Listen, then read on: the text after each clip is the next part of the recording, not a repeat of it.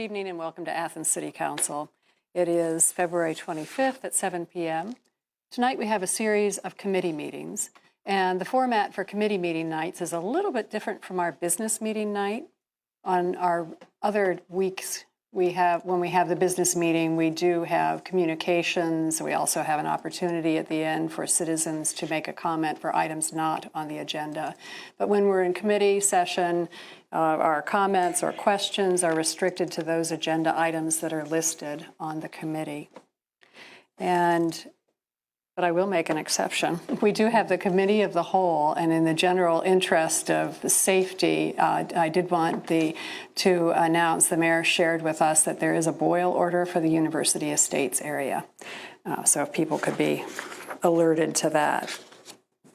And we have two presentations tonight, the first one of which is about the Athens City School District Building Project. And Councilmember Kotsis will take the introduction on this. All right. Thank you. President Isley, thank you. As the liaison between the Athens City Council and the Athens City School Board, or School District, I've been attending meetings on a regular basis and watching the progress of the new buildings, new infrastructure that's going to be going into our schools. And so at this point, we believe that there's enough information that's been nailed down that it was time to have the superintendent, Dr. Gibbs, attend council and just kind of provide an update of where we're at. So he is here tonight. And thank you. Thank you. So I think I'll presume that folks have a general idea of what's going on, but so I'll try to be as specific as possible without overdoing it, and then you can ask me any questions if you need me to fill in. So the Athens City School District was fortunate in being able to pass a bond issue, $60.5 million bond issue in November. We have already sold close to $10 million in bonds and intend to get work started right away. We will get another $30 million approximately from the state of Ohio, but that's projecting to be 24 to 36 months out before we're certain about the exact timeline on that portion of the project. So the project overall is a pre-K to 12 master plan that includes two pre-K to 3 buildings to be located at the current site of East Elementary School and the current site of Morrison Gordon Elementary School, to do a complete renovation and an addition to the Plains Elementary School to have it be a grades 4 to 6 building. About $3.5 to $4 million worth of renovation, which are primarily security, technology, life safety updates at Athens Middle School. Those of you who've lived in the community sometime know that a significant investment was made in Athens Middle School about 20 years ago. So there's not quite as much work there as the other facilities. And then when the state money comes through, then we'll do a project to build a new high school on the site of the current Athens High School, and that building will be demolished. In order to get this project going, we're in the process of signing an ELP agreement with the state of Ohio. ELP stands for Expedited Local Partnership. That means that we spend our $60 million up front on the first part of the project, and then the state will give their share, the $30 million, about 32%, later when that money's available in the state budget. So the ELP project consists of the two pre-K to 3s, the 4 to 6, and the work at the middle school. So right now in the process, we have 3 planning committees: the pre-K to 3 planning committee, a grades 4 to 6 planning committee, and a grades 7-8 planning committee. We have 100 different community members on those committees. So keeping in mind that on some instances that you have the same person on more than one committee, but there's still 100 different people having direct weekly contact with this topic and helping us work through. And those 100 people, by and large, are our neighbors, citizens of both the city of Athens and outside of Athens within the Athens City School District, representing all of the communities that we serve including the area near the Plains, Chansey, and then out near past Morrison Gordon Elementary School, which is outside the city limits as well. Not the building isn't, but there are communities out that way that are. We've had 2 planning committees so far, and those committees really have just consisted so far, those meetings are, of looking at what the state requirements are and talking about our programming and comparing the two and making determinations about how many rooms do we have, how big are those rooms. So it's literally, we'll use East Elementary School as an example. We're looking from the perspective that that's a pre-K to 3 building with approximately 100 students per grade level, grades K to 3, and about 35 students at the preschool level. Then how many classrooms do we need to have in order to accommodate the needs of those students? And so we're having those difficult conversations about how many students per class, because the state of Ohio looks at it as every class should be 25 students. We typically have had a lower threshold than that. We've typically tried to maintain between 20 to 22 per class. And so what that means is then you end up where we have more square feet that we'd like to have than what they'll co-fund. And so we're going through that difficult process of then, what does that look like? Are there other places that we can cut back in order to have more classrooms? Do we need to maybe change our thinking on class size? So we're at that level of planning to date. Once we make those decisions in regards to the number of classrooms per grade level, the number of special education spaces per grade level, those major questions, once those gets answered, we'll move into what's called schematic design phase. And we anticipate that that'll happen sometime at the end of March. And at that point then, our architects will start to put pen to paper in regards to, on the east site, do you need a 2-story building? On the Morrison Gordon site, do you want to have a 1-story building? You have a little bit more property there. It could be, the design might be different, might match the layout of the property a little bit. And then, so how do you fit those programming spaces into an actual design? They'll bring those back out, share with the board, share with our committees. We'll have another round of public meetings at that point in time. And then once we come to consensus on that section, then around June we'll start actual design. And design is when they're literally starting to draw blueprints. And so our hope is to have design pretty much finished by the end of summer. At the same time, so while that planning's occurring, we'll separately be advertising for a construction manager at risk sometime in the next 30 days, I would expect, and be selecting a construction manager for the project. Once we selected construction manager, we'll start to get estimates on costs for the amount of square feet that we're looking at and the different types of spaces we're looking at. And we'll start to do some testing on the sites themselves, so core borings, geological testing, things of that nature. It is expected that we would vacate East Elementary School at the end of this school year. Sometime over the summer, we would be moving everything out of there that we'd like to salvage. And then the building there at the east site will likely be demolished not before September 1st, sometime in the fall, but not before September 1st. After the building's demolished, we'll start some pre-site work as soon as we can, and if everything goes well, next year at this time, we'll be officially breaking ground on the new East Elementary School and on the new Morrison Gordon Elementary School. And the Morrison Gordon site, we own enough property there that we can have the students attend school there while we are under construction. So I think also City Council is likely aware then that obviously we have to relocate the students at East Elementary School. We do have excess space at West Elementary School, and we also have a decent amount of property there. And so the intention at this point is to combine the 2 student populations. When you combine the 2 student populations, We have currently 370 students at East. We have 200 students at West. It's about 570 students. We felt like that was too many for that site, and so we're going to put 85 of those students at the middle school, and that'll be the 6th grade for just East and West. Will attend the middle school for 6th grade next year. We have some excess space on the ground floor in that building for that purpose. And then we currently, this year, we have about 40 students who are visiting us for 1 year with an exchange program with their families from the university. And it would be our intent not to house that program at the combined East-West next year. So that'll further reduce that number down to about 450 students.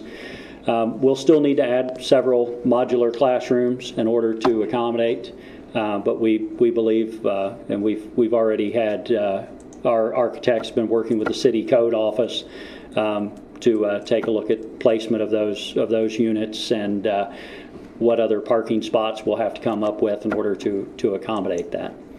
So at this point, we're again pretty far off from a finished product. We've been hosting some open community meetings at each of the elementary schools. The last one of those is tomorrow evening at Plains Elementary School at 5:30 p.m. One small bit of criticism we did receive about this first round was that they were announced a little bit too close to when they occurred. So we're already starting to plan for the next round of meetings so that we get those advertised a little bit more in advance and give the community more opportunity to attend. I think I've covered the bases, but if you have any specific questions, be happy to do what I can to answer them.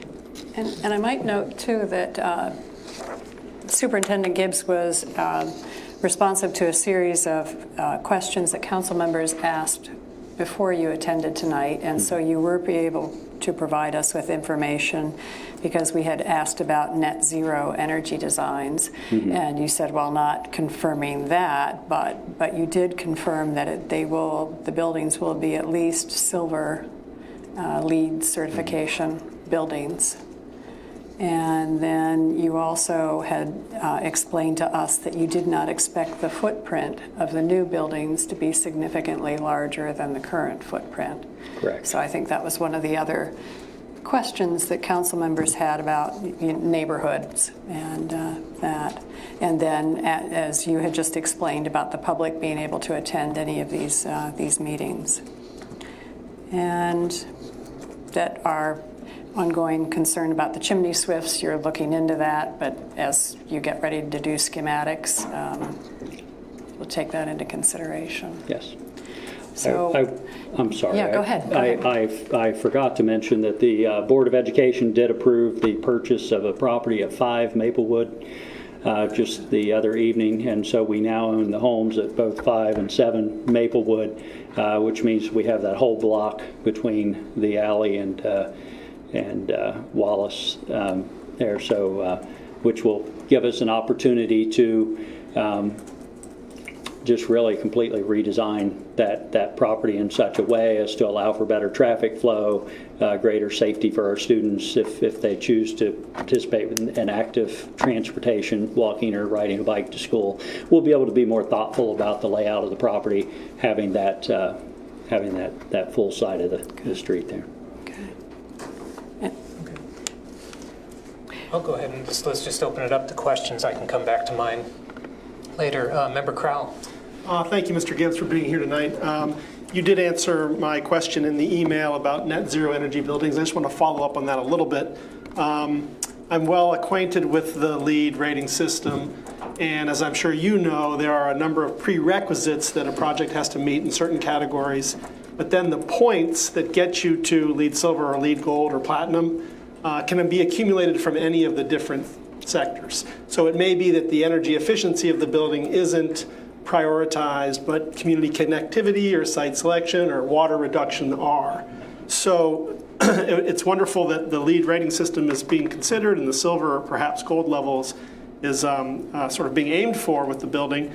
But I'm curious, as you get closer to the design stage and you mentioned consensus, what is the where does the consensus come from? So I know the community is able to speak at the public meetings that you're having, and I appreciate the outreach to the community.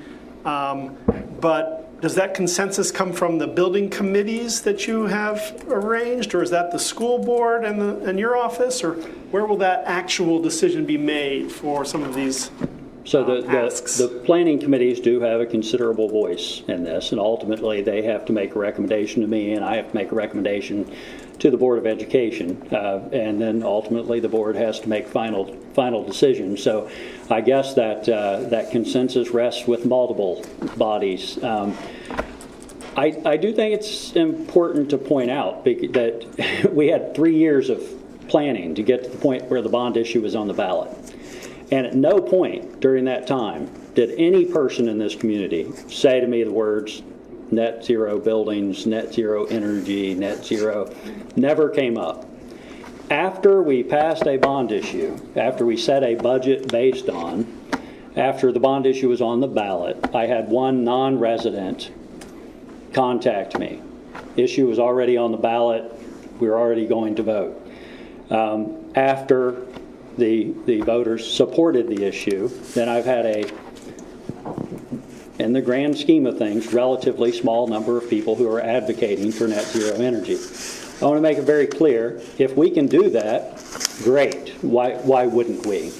But I do think it's important to note that there are engineering principles related to net zero energy that that don't always coordinate with what maybe our other expectations are of what a new building might look like. And so I'll give just one example. We took a group of 30 members of the committees to Lancaster City Schools last week and visited 2 buildings.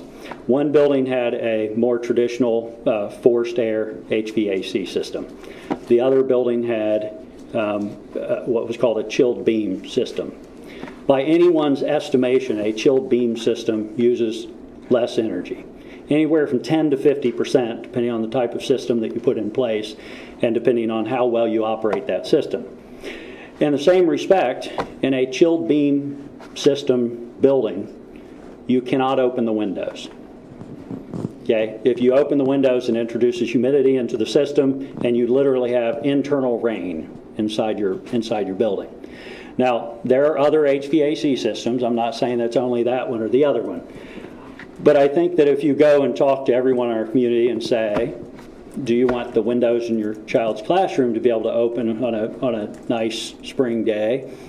Many people will say, certainly, yes.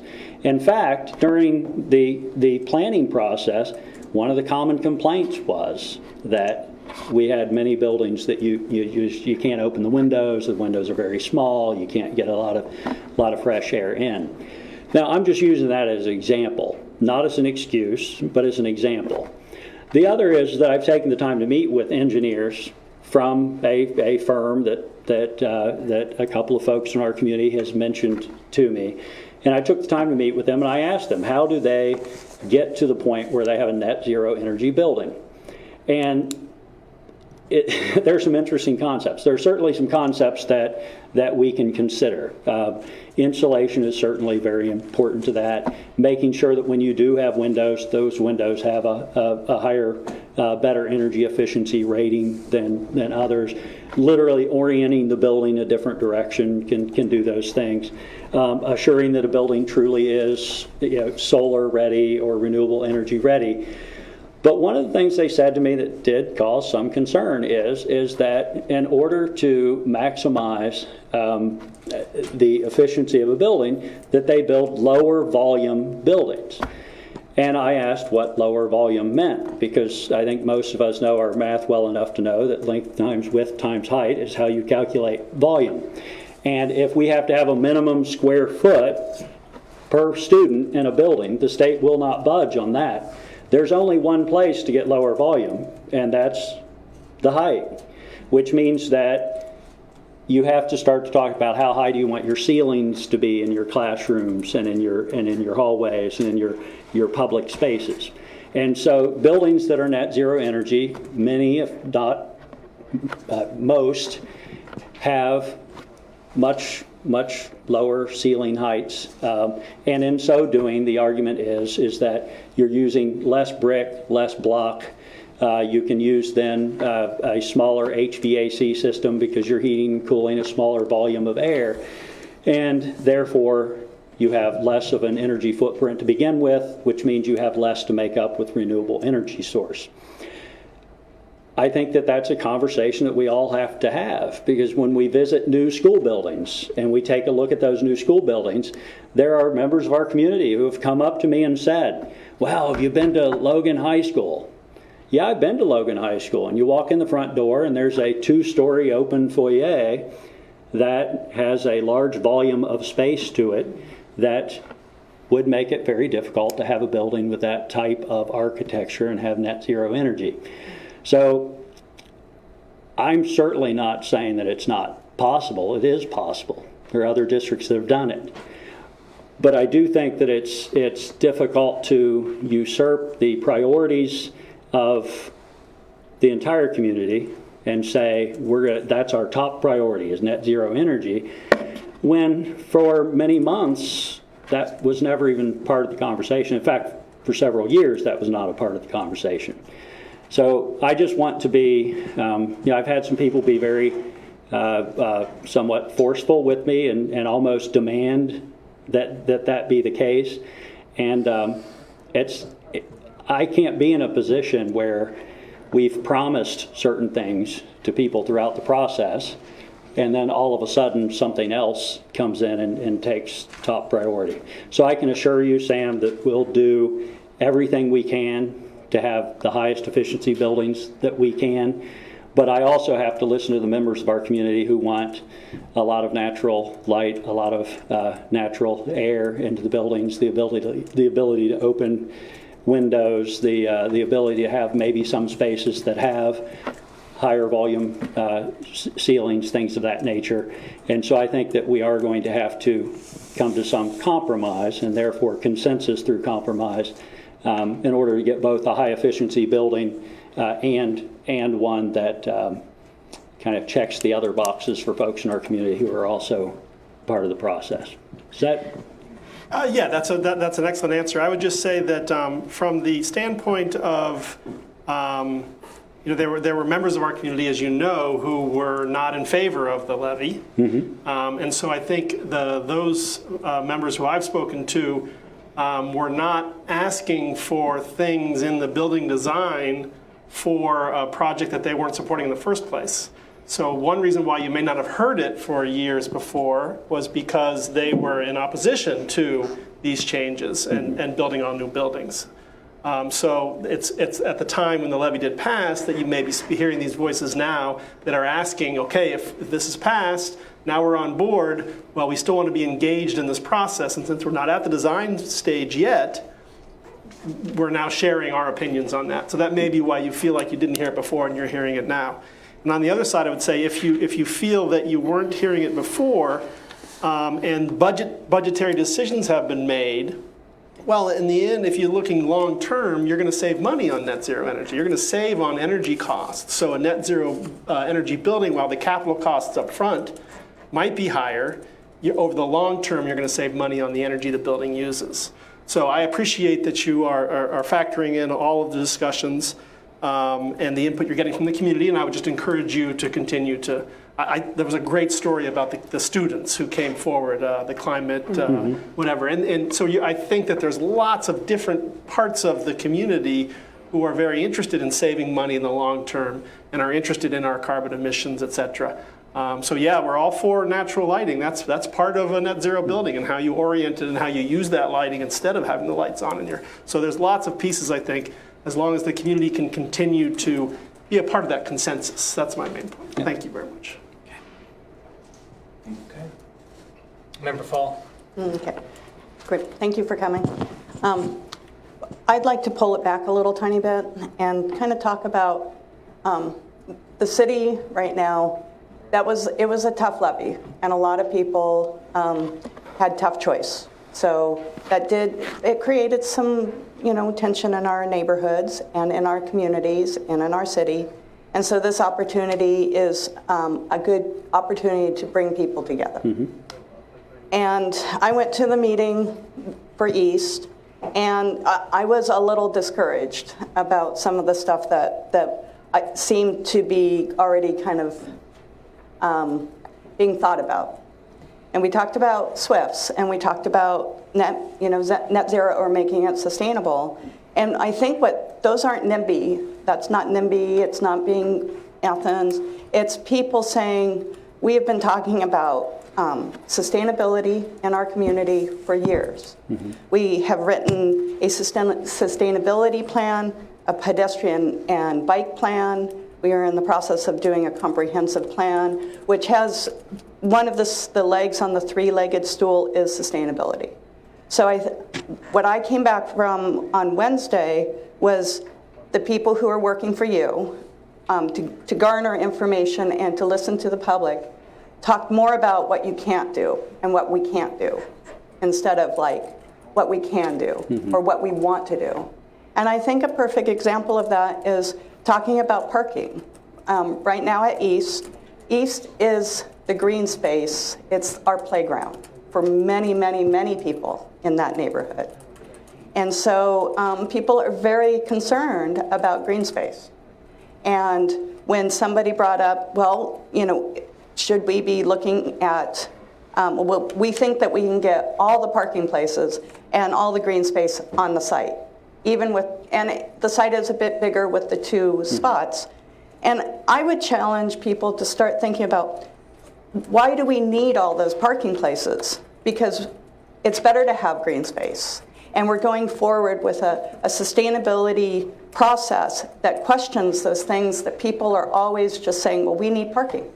Well, there's no parking there now. There's parking in the streets around the school. Most of the people, I live right next to the school, most of the people don't even notice. There's less people parking in our neighborhoods.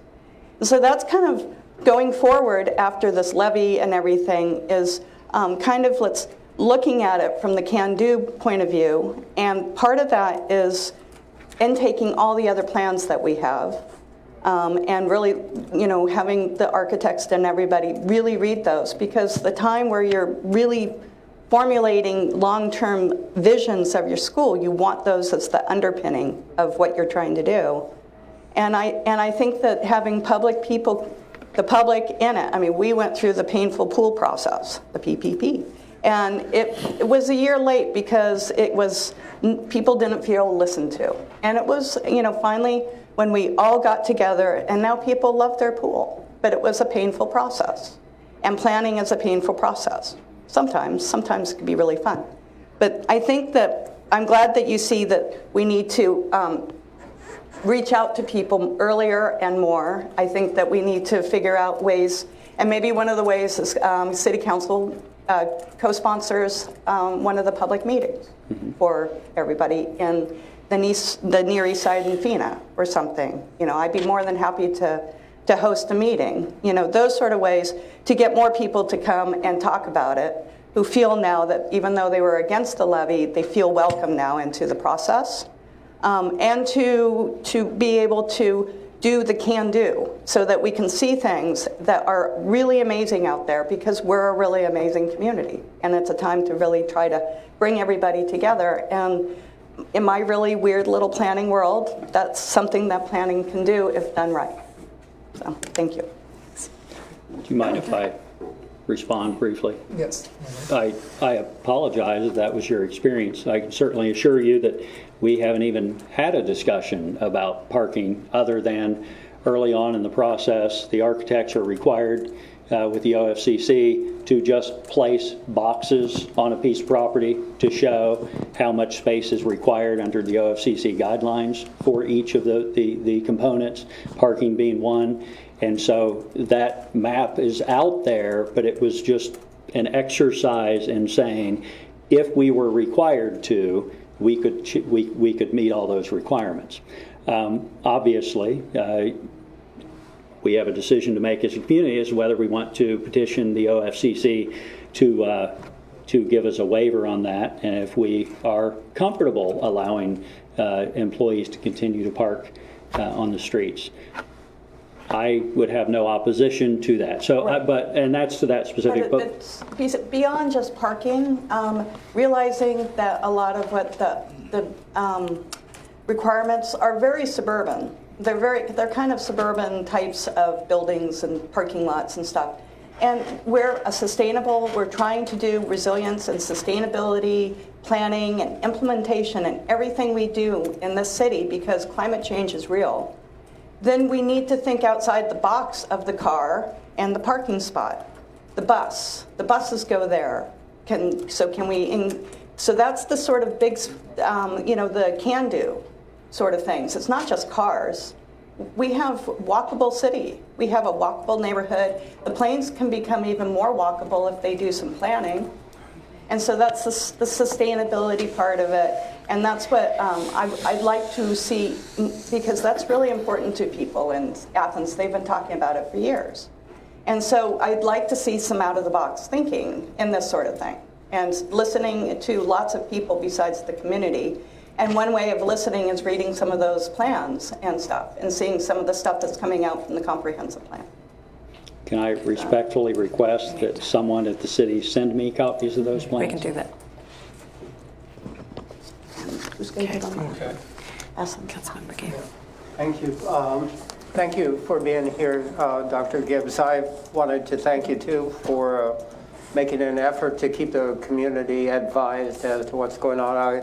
I was at the meeting at East Elementary, too, and one of the things that seemed to be an important part of it, other than the net zero energy thing, which was definitely something that people were commenting on quite often, but one of the things was the factor that there was some concern about the potential disruption of the neighborhood with the demolition and then the construction. So I just wanted to emphasize to you that anything that you do and can see that is being done to keep the neighborhood in the near east there advised as to what is going on and how we can actively deal with it's going to be inconvenient, everyone knows that, but how we can deal with that for the least possible inconveniences to everyone so that the neighborhood itself and the children themselves will benefit from the project. And as somebody had mentioned, even though a lot of us were opposed to the initial concept, I mean, we're on board now and we're with you, but we want to make sure it's done right. So again, I thank you for any efforts you make to keep us advised as to what's going on. Thank you. Thank you. Mr. Mayor. Yes. If I may, as a follow-on, Member McGee, to your comment just now, is that the city is out there and willing to meet on a regular basis with the school district, and in particular the superintendent and his staff in terms of coordinating construction, because we're watching it too. We know that that we're going to have to be going down there. We've got utilities where we need to partner on the utilities and all kinds of things. So we'll work closely together, and I'll make sure that information is flowing out via the website or other means of communication to the public, and in particular to those who live in the East neighborhood, so they know what's going on with the demo as well as construction. There's still the construction timelines that everyone in the city has to follow anyway in terms of noise, but we'll work closely together, I believe, with the school district to make this work. Thank you. And so what I'll do now is see if any of the audience members have a question. And what you will do is you'll need to go up to the podium. So you'll share the podium space and give Dr. Gibbs still some space to be able to respond to it. And I do want to take into consideration, I think we have at least one, if not two more presentations tonight. So what we're going to do is try and limit each of these questions to a 3-minute time span. Okay. I used to pick up my granddaughter at West Elementary, and that was a couple years ago, but there was so much traffic with people coming to pick up their kids, so you'll have more people now wanting to pick up the kids instead of them going on the buses, and I just wondered how that was going to be handled. Yeah, so we've started conversations about what we can do to alleviate that some, just immediately adjacent to the school. And so a couple of the ideas that we have are we've actually had folks contact us about the idea of walking school buses. And so looking at, is there some means by which we can have kind of gathering sites where folks can drop their kids off not immediately adjacent to the school, and then maybe a school employee or a parent volunteer can walk that small group of students to the building. Another idea is that we actually, there's a set of steps that goes down the backside, or I guess the side of the property, down to State Street, is if, trying to work with parents to encourage them to, especially at pickup in the afternoon, have your kids walk down the steps, meet at the bottom of the steps there, and then they can turn around at West State Street Park and come back out.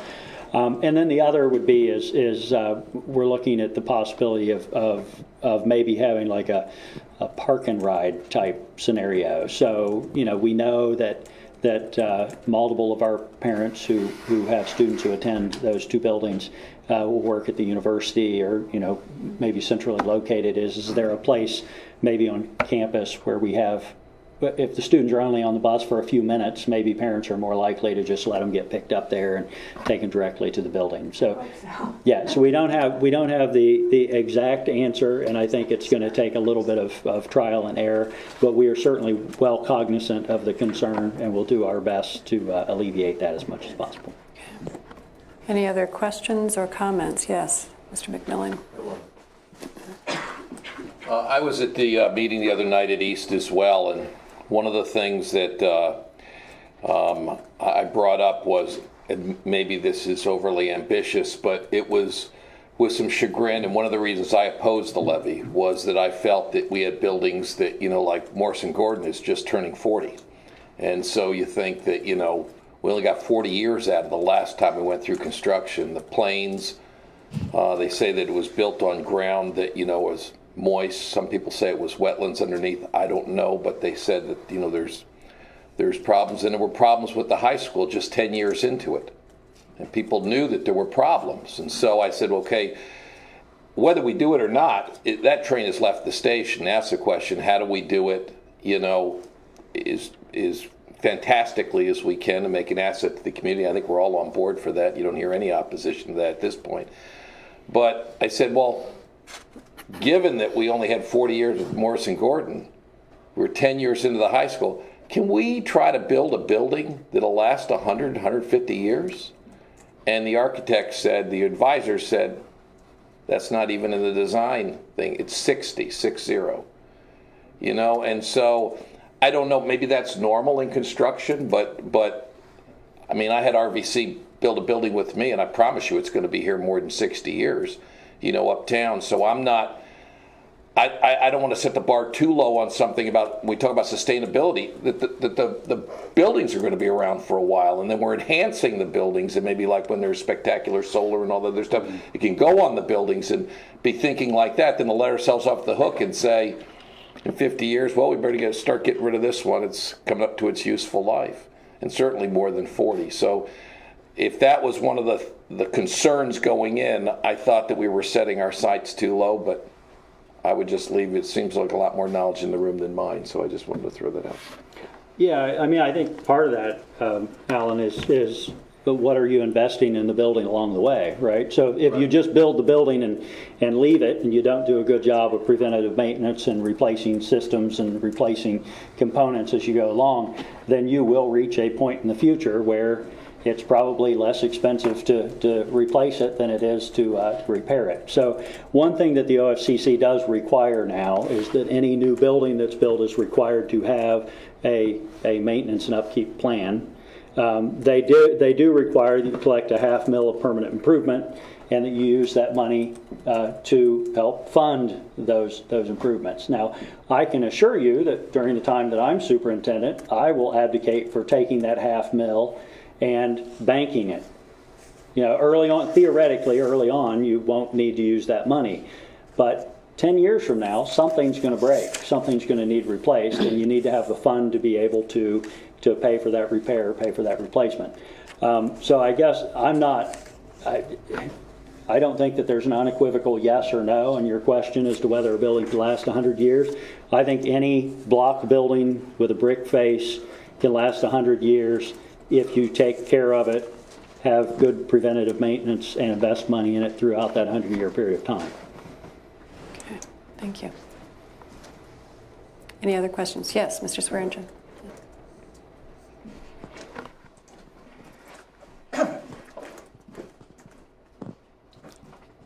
I think it's only fair that I ask to be forgiven for introducing the net zero energy concept into the conversation last September, at 2 months before the election date. And it was held off because it was a bloodthirsty battle about neighborhood schools versus consolidated schools. And the public needed to get that out of their system first. And design phase was way down the pike. I believe I suggested that if the schools couldn't be designed underneath the net zero energy concept, then the voters should say no, because they should get the best bang for their buck. That was the context that I put it in. It was published as a letter to the editor in the Athens News on September 28th, 6 weeks before the election period. So it happened. It didn't happen after, and this wasn't just people scrambling to try and make somebody's life hell or anything. This was a thought-out process, and it was even thought out that if it was introduced, if the board and the district got on board and tried to publicly put this forward and bring in someone like CMTA, who was the engineering firm behind Discovery Elementary and the engineering firm behind Richardsville Elementary in Bowling Green. 2014 opened up, in 2010 they opened up respectively. That the public might perceive that as being an attempt to manipulate their vote and garner votes and sway them to vote in favor of, instead of actually thinking this out, that they were trying to sweeten the pot if we say we can go net zero energy. That's still an open debate, depending upon the funds that are available, the architect that does the design work, pricing, structures, inflation. That's still an open debate. But the goal should be, for communities such as Athens, who expresses such high ideals, or they express such high ideals collectively and individually, the goal should be the high bar first. And then if you have to step down because you can't quite make it, then you step down. That's fine. I don't think anybody disagrees with that. But that was when it was introduced. And that is essentially what the whole concept and discussion should be, from here until everything freezes over. And what I'm finding is that, one, by and large, the officials, whether it be you as council people, the mayor, you as a superintendent, or even the school board, they have the air of authority. They have the mic constantly, 24/7, 365, and the opportunity for input, much less for it to be delved on, digested, regurgitated, and redigested, that the public might put in, is very minimal. We are not the people being paid to do this. The public are not. So we're kind of like dismissed to a large degree. And that's rather an unbalanced equation. But let's just call that the nature of the business for the moment. The context, this discussion is slightly being put out of context. When, Mr. Gibbs, when you speak of, well, first of all, Councilman Crowell, would you assist the community in this regard, and Mr. Gibbs, and the board, to define the difference between net zero energy, net zero ready, and EUI? Because, and again, it is my fault for introducing net zero energy first as opposed to EUI. Okay. Yes, Mr. Swearingen, you've had your 3 minutes, so if you have a question... May I ask for 2 more, please? You can have 1 more. We'll compromise. Okay. And so you need to ask your question, but we're not going to engage in further debate right now on this topic. Samuel, would you please be so kind as to introduce the idea of EUI versus net zero energy? Because you can have a 25 or a 35 EUI and slather photovoltaics on top of a building and still call yourself net zero energy, but you're blowing twice as much energy out your windows and walls as you need to. So the focus needs to be on EUI, period. Get it down as low as possible. And if that's the one question, that's fine, and then we're going to end the conversation. Well, and also, when this, I'll just close with this. Okay. When you talk about ceiling height and you try and put it in a false context like that, in Orlando, a group of people took a bunch of buildings that were to be demolished. 8-foot ceilings made out of 2x4s, 96 inches in length. They sawed off the nail holes and everything, and they made ceilings that were 7'2" in height. And there are people living in those houses that are 6'4". You go to Lowe's and you buy 92.5-inch studs to get a true 8-foot ceiling after your plaster is on there. Or you can buy 98-inch or 96-inch studs and have an 8'3" ceiling. That's a 3% difference. And the people who are specialists in the net zero and the EUI field, that 3% could be tens and hundreds of thousands of dollars in energy over the life of a building. So they whittle away 1%, 2%, 0.5%, 0.1% at a time, and then they put all the components together. So the context that's being placed is, oh, a refrigeration and air conditioning unit oh, a ceiling height or whatever. It's being put in the negative as opposed to the positive, Councilwoman Fall, which you're asking for. Not what we can't do, but what we can do.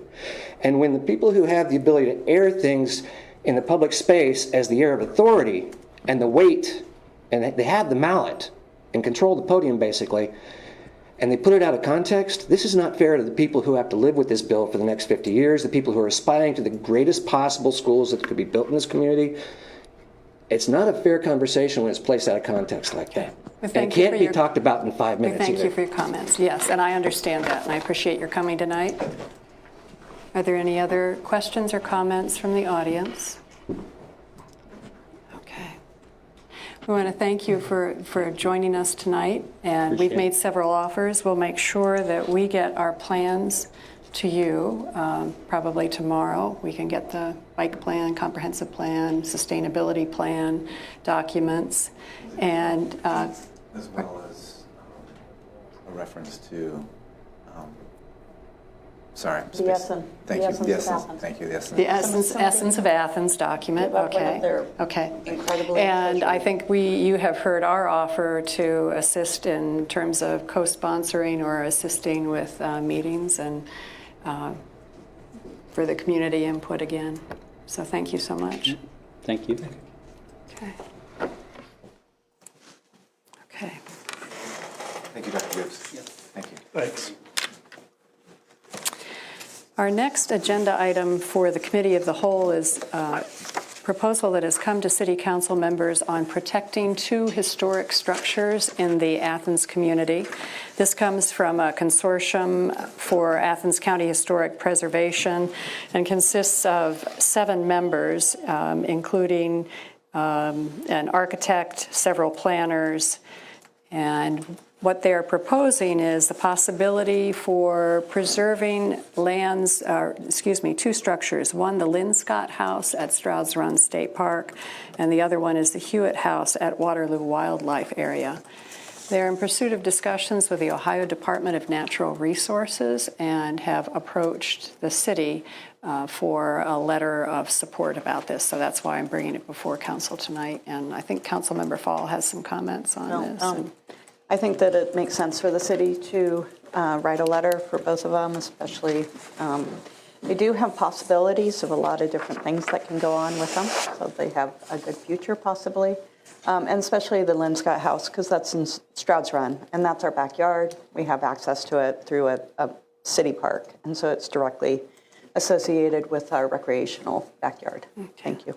Thank you. Any other comments from council members about this or administration? And any comments or questions from the audience? Okay. Then what we'll do is offer a letter of support to them that they can proceed with or take to the Ohio Department of Natural Resources. Thank you. Transportation Committee is next, with Councilmember Kotsis as chair and Council Members McGee and Crowell. Thank you.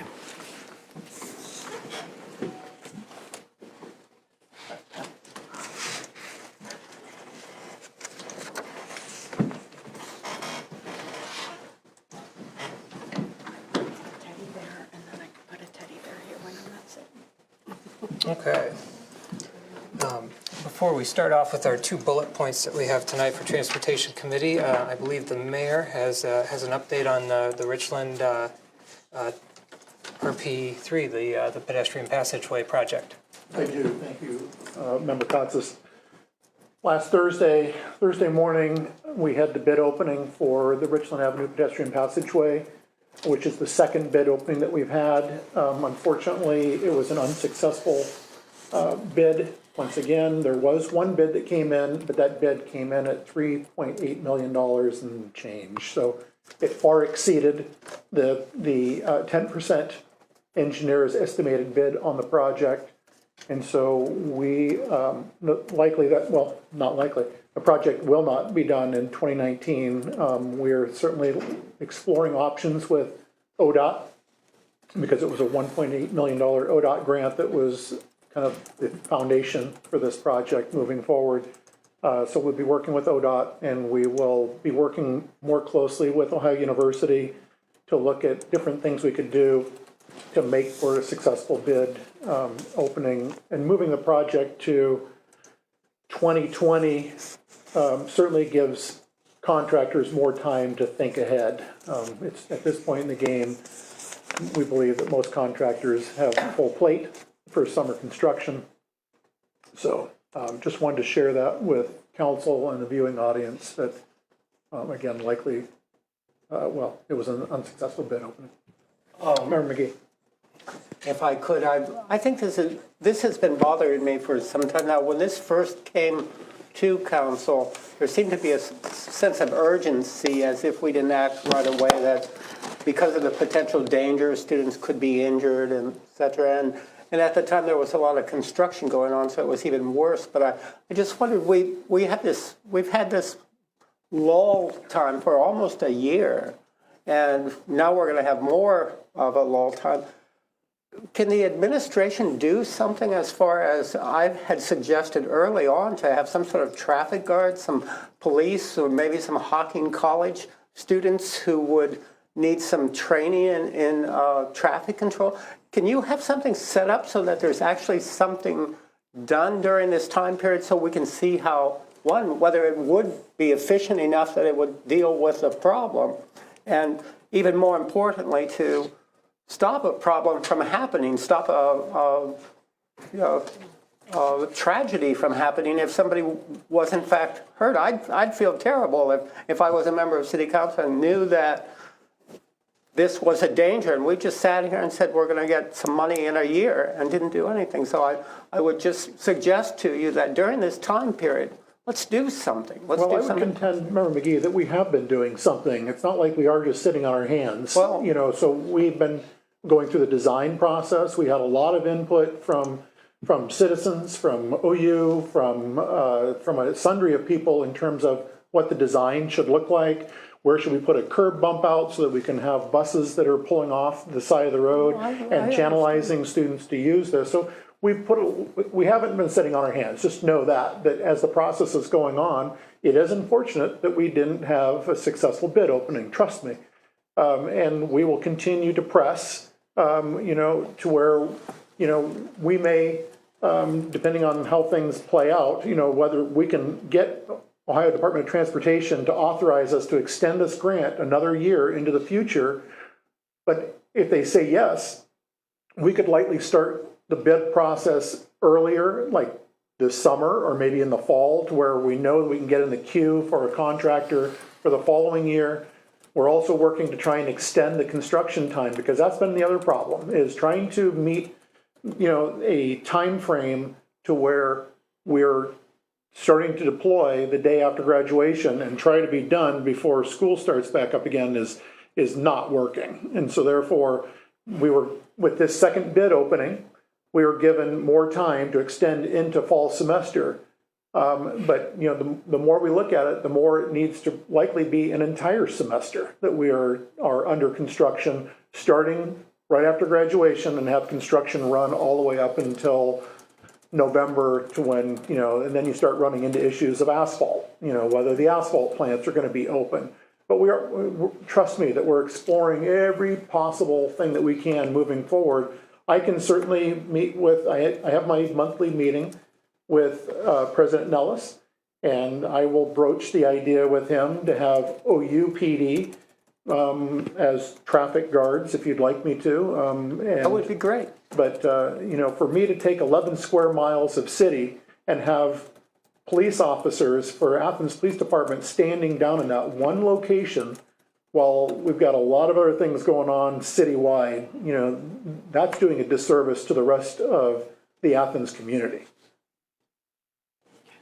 Well, we disagree, but again, I think using a Hocking College student in police science, or several students along with police officers, would be beneficial to everybody. And again, I don't mean to criticize your planning and everything. I realize this takes time, and I realize that there are frustrations. But again, please understand that if there's a danger, by just dealing with the paperwork, that's not preventing the danger. And I do applaud you if you can talk to President Nellis and get somebody down there for that time period when when the heavy traffic is going, I think I've got no problems with the council members who say that's a problem, but I'm concerned that we're not addressing it in between doing this passageway, as you say. But thank you.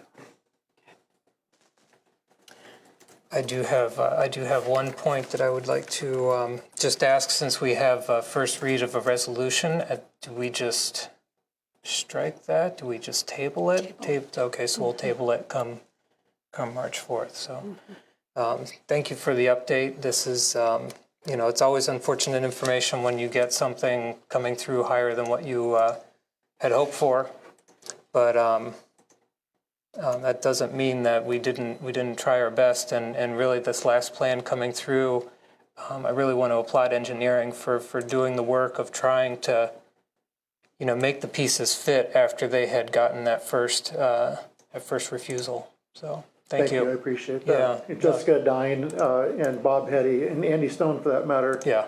Our 3 professional engineers for the city of Athens have worked really hard on this project, and this is not an easy solution. As you remember, it was tough just coming up with this final design as to how we're going to correct a problem area, not only for pedestrians, but for traffic stacking. It's been a tough nut to crack, but I think that the solution was good.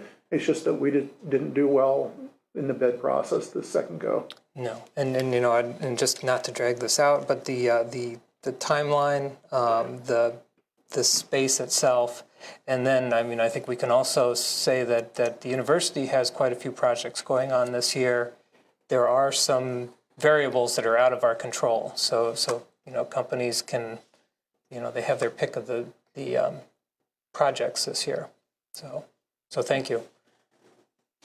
Okay, I'm still on. So coming up next is the Athens Brick Criterium. So this is a street closure request. And if citizens can remember back probably about 20 years ago, this was probably about the last time that the Brick Criterium existed in the Uptown area, originally in the fall. But we have a gentleman here tonight, Daniel Brown, that wanted to present on bringing this event back.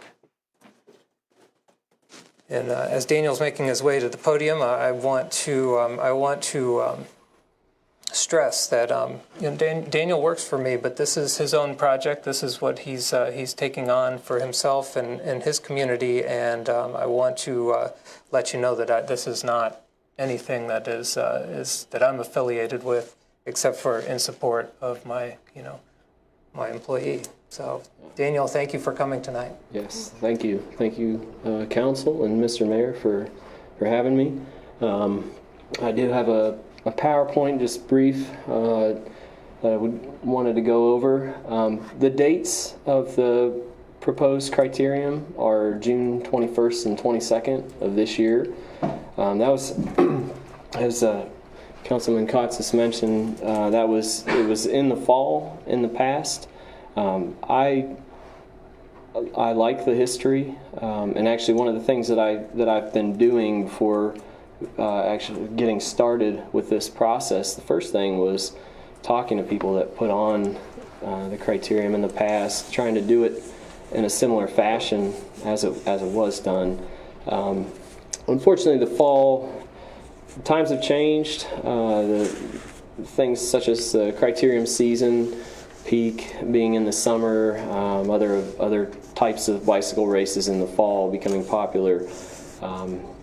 That's what led us to the June dates that we're proposing.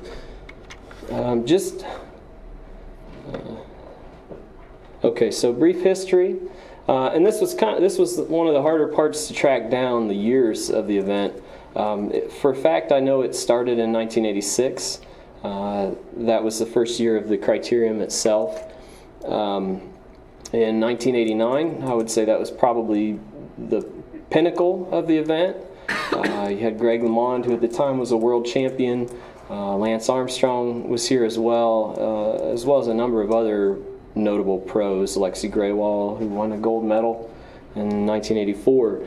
And it has been expressed to me that in that year there were 20,000 people that came to the Athens area for that event. Now that included a weekend of events. So typically there was a time trial or sprints on Friday, something that's short but exciting and gets people to town. Saturday was the criterium, and then Sunday would be a road race. So what I'm proposing is the Friday and the Saturday. I think at this point trying to do 3 things for the first year is too much. And so I'm trying to be realistic in that fashion. What is a criterium? So that's something that a lot of people don't know what it is. It's a race, a bicycle race on a closed circuit course. I'll show you a map of the course that would be uptown. It's a 0.6 of a mile course, so it's a really fairly small distance. Because of that, it's one of the most spectator-friendly bicycle races that you can go to. It's really exciting. You see the riders come by every minute, give or take. In comparison to other bicycle races, you could stand there for an hour and see them whoosh by in 5 seconds, and then that's it. So my intent, one, just from coming to this race and this event when I was younger and remembering the glory that was, I want to see that happen again, but I also, what's been probably even more rewarding thus far in the process is talking with members in the community, working with members in the community to try to make this happen. And it's going to be a huge effort, and anybody that's willing to help, I am certainly open and happy for that. I will also want to mention too that this is a nonprofit event, so I'm not doing this for profit. In the bicycle racing world, a successful race is one that sustains itself from year to year. So just wanted to put that out there. So the course, and this is what I'm here asking you, is for the street closures. It's not the best map there, but this would be, so Friday night, we're planning on having a sprint, and it would be a elimination style, so something that's a short distance. The sprint would start at the base of Jeff Hill on, I believe that's still East Union Street.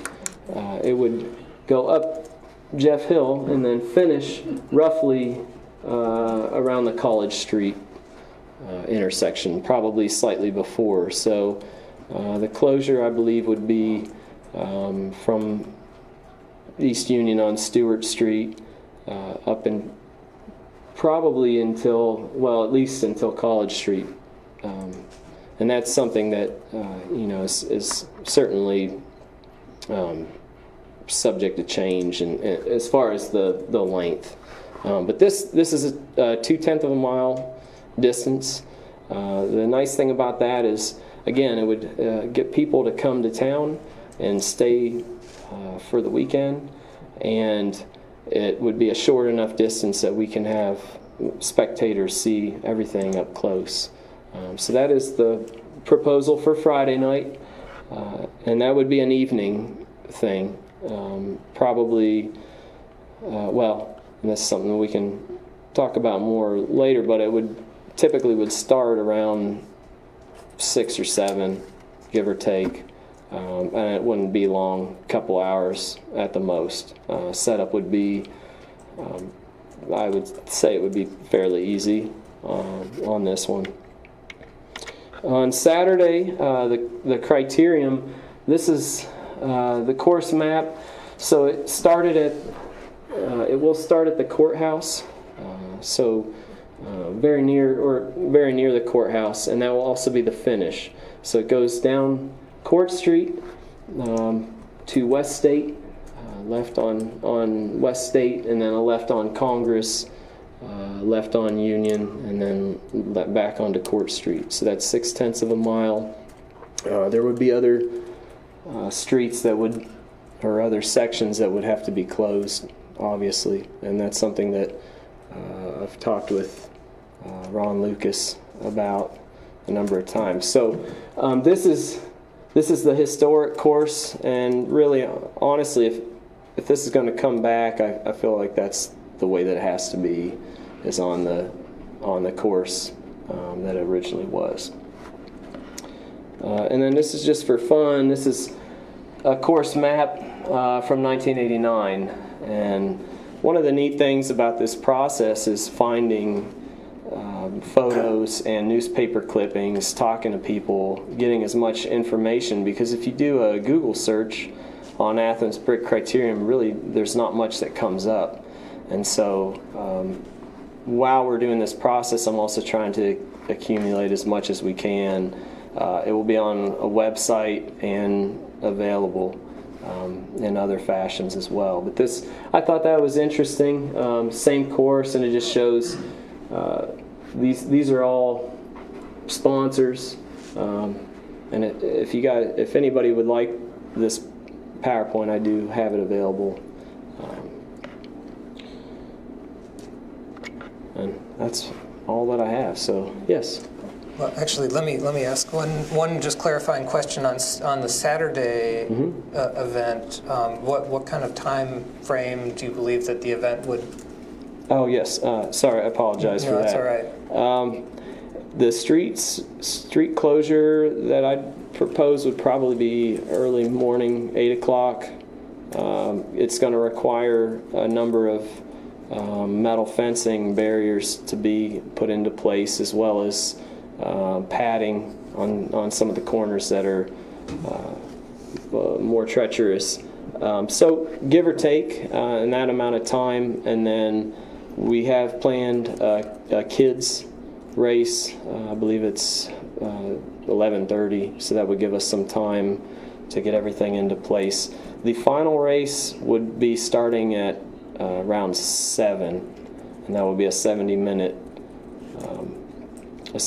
race. So we'd be looking around shortly after 8, and then I didn't mention one other aspect that I was hoping that we could do was, after the race is over, to still have Union Street from Congress to Court Street remain closed for an after party, something for the riders and spectators to be at. Now, that's one of the many things that I had in mind about this, so hopefully that's feasible.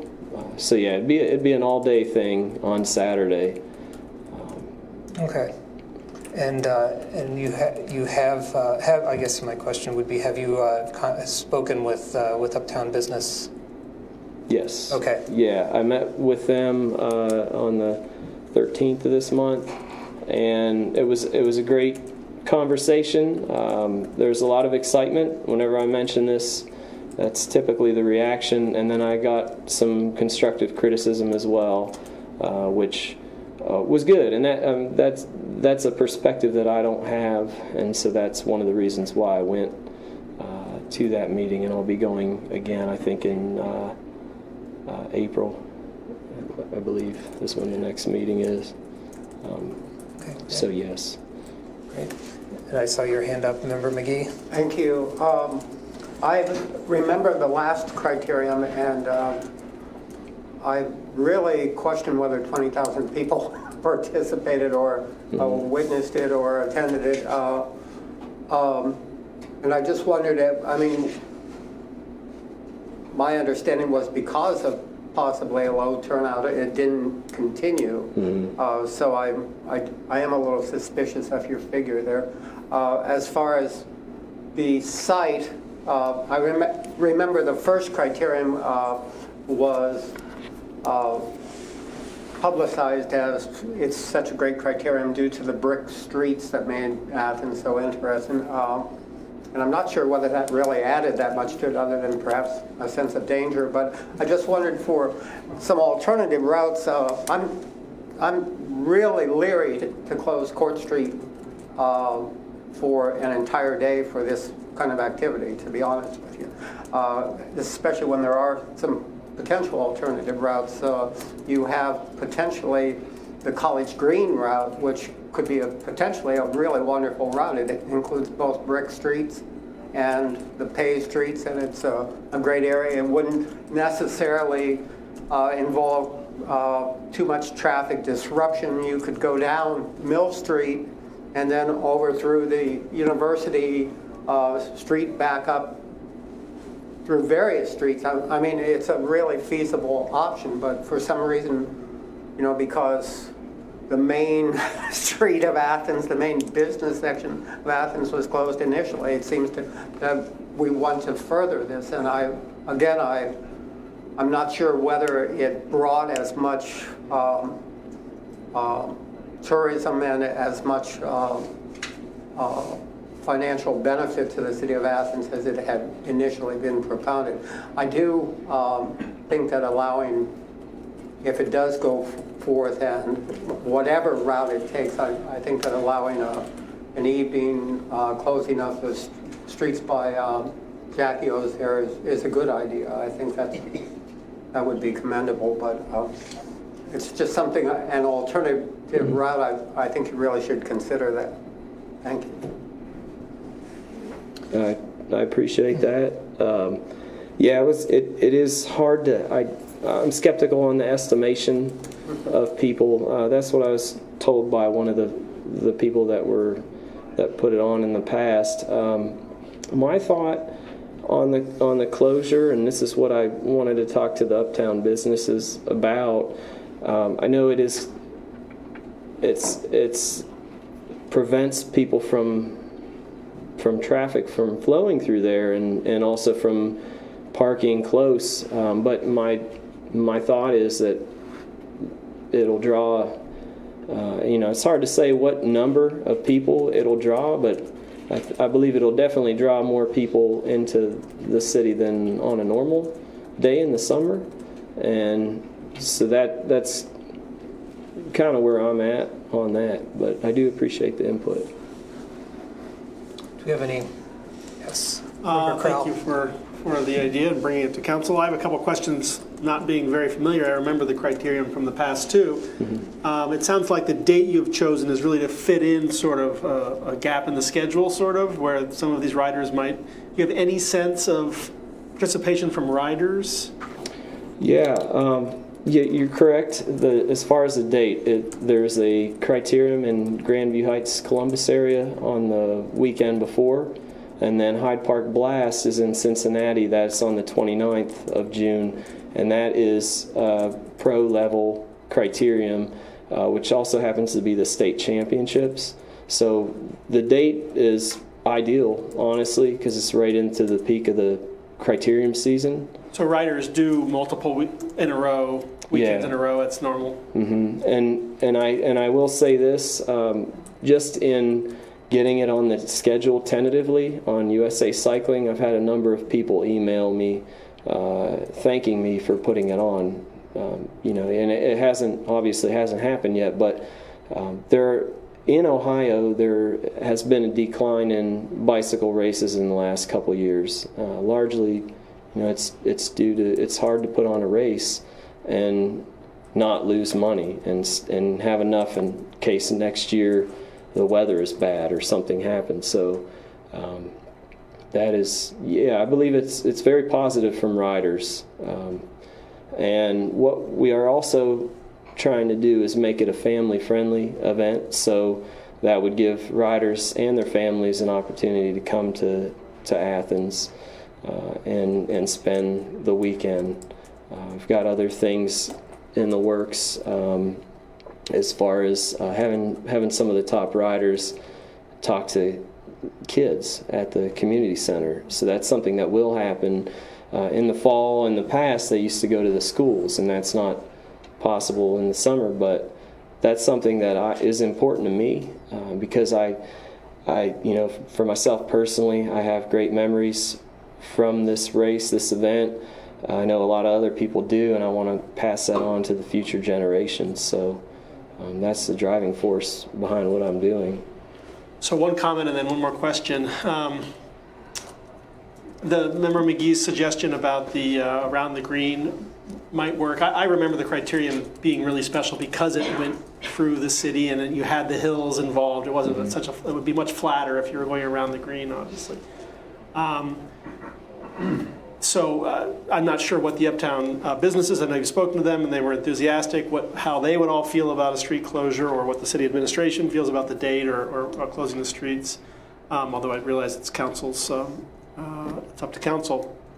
But I'm interested. I think it sounds like a really neat idea to have it come back. My other question is really not related to our business at all, but a sprint that starts at the bottom of Jeff Hill, is that a typical kind of thing, or is that something? It's the thing about that event is it doesn't have to be the same thing from year to year. We're just looking for something that was hard and short. You found it. And I think does that happen though? Are there other races that start at the bottom of a hill? There are. There's various formats. There's some where you do a number of hills and you just race up the hills. I'm familiar with down, mountain biking where you start at the top and go down. That sounds kind of fun, but okay, I just thank you, Daniel. Okay. The mayor, please. Well, we have another council member in the audience. He's just in the audience right now. So let's go to the mayor. I tried. Yes. A couple. I just lost what I was going to ask you. I had a couple questions. Typically, you mentioned the crit that takes place in Cincinnati and the one up in Grandview Heights. Is that where you said? Mm-hmm. Can you kind of describe those courses? Are they on city streets? Are they running through neighborhoods or whatever? And my second question in line with that is, typically, and maybe those are more established crits, but what would you guesstimate as being the number of riders who come into the city of Athens for something like this? To answer your first question, yes, the Grandview Heights is in it's in Grandview. One of the legs of the course is on the main street in Grandview Heights, and then the rest of it is in a residential area. It's a similar shape, rectangular, and that's an exciting atmosphere. I've done that several times. It's one of the races I like to go to because there are people out in their yards. There's kids out high-fiving you when you ride by, and so that one, yes, that one is in town. And then the Hyde Park Blast is also that is in Cincinnati, in the city, and that's I haven't raced that one, but I would say it's probably similar difficulty as the Athens crit. I suspect that people that would race this race will probably go away thinking that was one of the harder courses that they could do because of the hills and the bricks. The second question, I estimate on numbers. I would say probably in a first-year race, 200 to 250 riders. I would be okay with that. Hyde Park, I believe, last year had around 500, maybe slightly less. They also have other events at that. They have 5K and a chariot race, as a matter of fact. So what they've tried to do is create a thing that will attract a lot of different people, and that's our goal. I think in this beginning year, we need to be focused on what we can do the first year to get it going, and then more can be added on. Mr. Brown has been in communication with city administration about this for some time now, and I don't know if you think Jeff Hill would be an interesting sprint. You might want to describe the sprint that initially was thought of, which included Jeff Hill, but something else as well. Yeah, that one was it would have started at the same place at the bottom of Jeff Hill, sprint up Jeff Hill, go up East Union, turn right on College, probably on Washington, turn left, and then up the parking garage, all the way to the top. And I thought you were going to bring High Street into it. Do that too. Yeah. Yeah. So, due to logistics, I think that the Jeff Hill is more feasible for the first year. But, that's one of the things, if this is successful, I could see it being different from year to year, what that Friday event is, and that would keep people interested, I think. So. And so we have a couple in the audience that would like to. You need to come up to the podium. Kent Pollard, City Council, First Ward. Thank you, Mr. Brown, for the presentation. I just want to express my support for this event. I think it's exciting to reference history and follow the original course. I think what also interests me in supporting this is not only do we have riders coming into town, but we have my guess is that we'd have their family, their support crew, loved ones. So from a tourism perspective, I think this also generates a lot of buzz and puts us back on the map for another event that is unique within the state of Ohio. And as a cyclist who's not a competitor, but I do enjoy it as an activity for exercise. My understanding too, with the interest in the brick streets and the professional cyclists or racers can correct me if I'm wrong, but what I thought I had heard and some of the interest in riding on a brick street is it's also preparation for those riders that are competitive enough to travel overseas and be on the cobblestones in Europe. So that's what I'd heard in the past, which makes sense to me as a competitor and trying to prepare for all the elements that I might face in different circumstances. So we have those bricks to offer, and which is interesting. But again, I want to voice public support for this event and encourage, again, in your preparation to, and you may have already done so, but to keep the tourism county tourism office in the loop, and they're a great resource, and to utilize them as much as possible. So thank you. Thank you. I think I saw another. No? Anyone else? Okay. Mr. Brown, thank you for coming tonight. Yes, thank you for having me. You guys have a nice evening. All right. Okay. Final point here tonight on the Transportation Committee is the smart parking meter financing. And so, Mayor, if you would like to pick this one up. Sure. When looking at the contract with IPS, Kathy Hecht, City Auditor, as well as the Law Director, Lisa Eliason, looked at it, and one of the things they noted was that the contract was somewhat convoluted, and the reason I'm saying that is that there was a kind of fourth party to where the money was moving through a fourth party. And so in looking at this more clearly and working with the auditor and the law director, we think that a better way to approach this is to possibly outright purchase them. We've talked about this before, where they would be, I can't remember the exact figure off the top of my head, but it was north of $450,000. But there is money in the parking enforcement budget to do this, or we could possibly get a short-term loan and then pay it back. But one of the other benefits with purchasing them would be that it would cost us significantly less because of some of the other parties that were involved in this to go through a lease, to purchase agreement. So again, with the law director having looked at it, with the auditor having looked at it, with us looking through it again, we're exploring other options, and we're likely to come to council with something that's going to be more cost effective than going through this lease agreement with the option to buy program. And in particular, because of this fourth party, it was like adding a layer of cost on the city to this fourth party that we just don't think that that's acceptable in this program.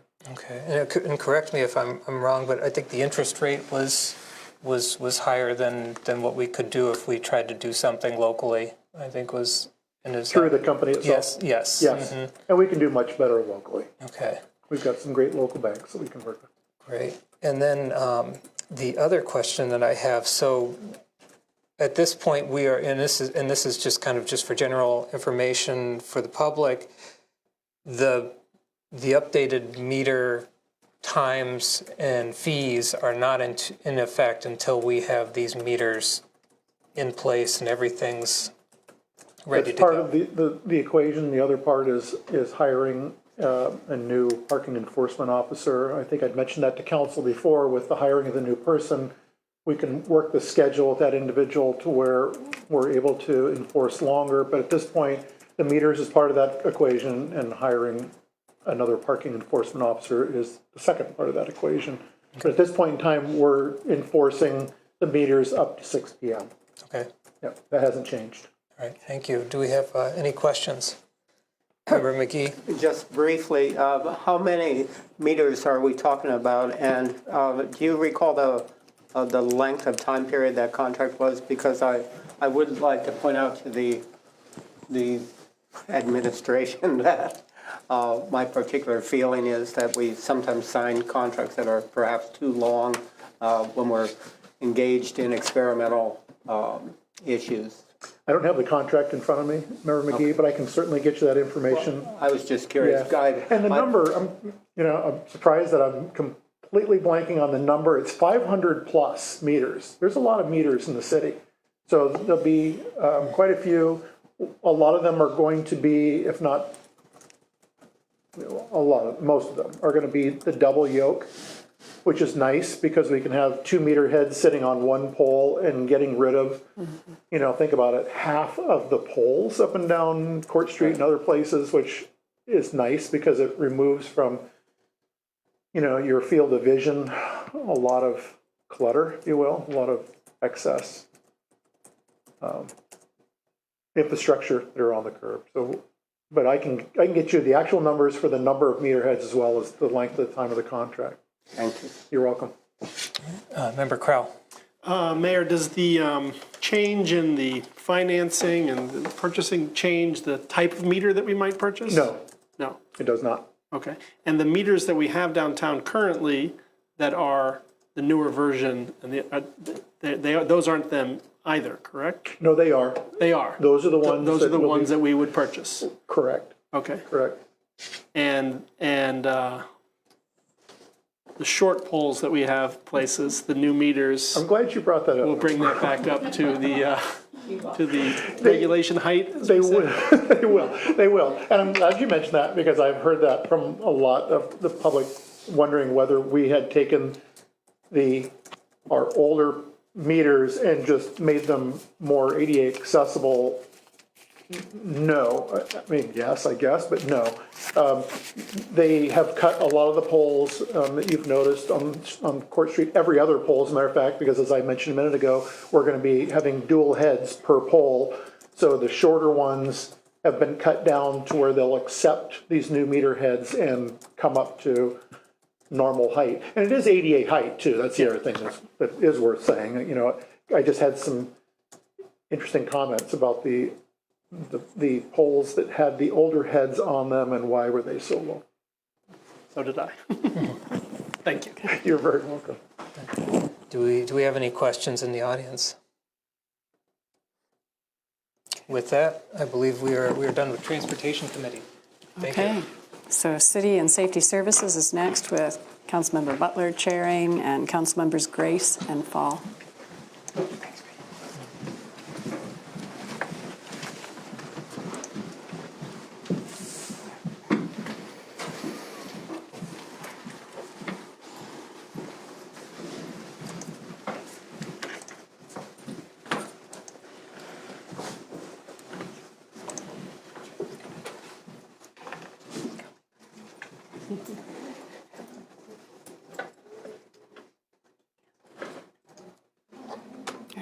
Is everyone here? Sure. Thank you, President Isley. There's just one item on the agenda this evening. It is a renewal contract. We have worked in the past with the Washington County Commissioners with a jail contract for, I believe, an overflow, if I recall correctly, in the past. and I also believe it was with women patrons or inmates, whatever is the proper term. The contract proposed to us from the Washington County Commissioners is for the 2019 contract, and the cost is $68 a day. Within the material presented to us from the commissioners are all the talking points and whereases with the responsibilities that are bestowed upon each respective party. It is on our Google Drive, and I believe the administration is familiar with this and has copies as well. Any questions or comments? Again, I believe it's just a renewal. Yes, Councilmember Grace? I just wanted to verify the cost is the same as the previous contract. I don't recall what last year's contract was, but I do remember as a council member that the contract used to be $52 a day per stay, and it's incrementally gone up, I'm sure, but I can certainly get that information for you so that you have some kind of trend to look at in terms of any increases that there have been in this contract. And Yeah, the clerk has past files on it. Thank you. I don't have files in front of me. it doesn't say anything about the cost going up. Okay, thank you. And just to comment, I know that we frequently need bed space that is, in fact, especially for women inmates. They're often people that are charged, and then rather than being taken to jail, they are released because of a shortage of bed space, even with these contracts. And I feel like I should know, but the new facility in Nelsonville is going to be increasing available bed space for women, but I don't know when that's supposed to open. But that may be something that we want to keep in mind for timing of contracts. Just as Member McGee mentioned earlier, as far as how long of a contract we enter into. Just we'll want to keep that in mind as far as when we will have other options available, because closer is easier in terms of reducing transportation cost for the city and county. Good. Thank you, Councilmember Grace. Any other comments or questions? I would just like to, for anyone who's watching tonight, just read item 2 on here, and that the cost is paid to the county by the contractor shall be in the amount of $68 per day for each person incarcerated in the Washington County Jail, under paragraph 1. And paragraph 1 just talks to why someone would be incarcerated. Thank you, sir. And I would concur that with Councilmember Grace that as we proceed and in the future, as something more local arises, that we would consider that for both convenience and fiscal reasons, and keeping our dollars local. But we're fortunate that at the moment we have a good relationship with Washington County, and they are able to assist and provide space. Anything else? Thank you, President Nizzi. That concludes the City and Service Safety Committee for this evening. Thank you. Okay, thank you very much. We have Finance and Personnel Committee with Chairman as Councilmember Reisner, and then Council Members Butler, Crowell, and Kotsis.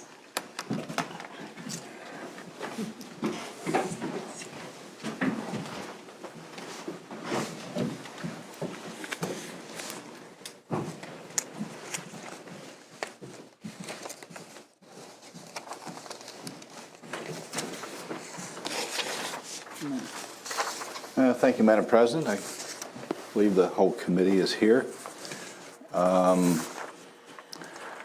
We have one bullet point, appropriations/transfers, and I have a note here.